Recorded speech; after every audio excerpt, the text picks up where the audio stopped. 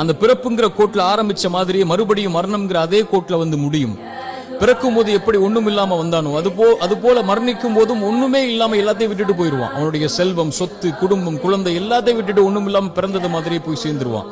அப்ப எதுக்கு இந்த வாழ்க்கை, எதுக்கு இவ்வளவு பெரிய போராட்டம்னு கேட்கக்கூடியவங்களுக்கு இறை தூதர் இந்த 3 செயல்களை நீங்க உலகத்துல வாழும் போதே விதை போடுங்கன்னு சொன்னாங்க. அது பின்னால நீங்க அறுவடை செய்வீங்க. நீங்க மரணிச்சதற்கு பிறகும் உயிரோட வாழ்வீங்க அதன் காரணமான்னு சொன்னாங்க.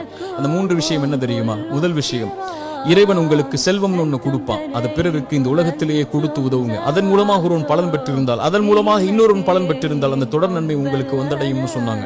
இரண்டாவது, இறைவன் உங்களுக்கு கல்வின்னு ஒண்ணு கற்றுக் கொடுப்பான். எதுவா இருந்தாலும் சரி, ஒரு எழுத்தா இருந்தாலும் சரி, அது பிறருக்கு பலன் பெற கற்றுக்கொடு. அதன் மூலமாக அவன் பலன் பெற்றிருந்தால், அதன் மூலமாக பலன் பெற்றிருந்தால் அந்த நன்மை வந்து சேரும்னாங்க.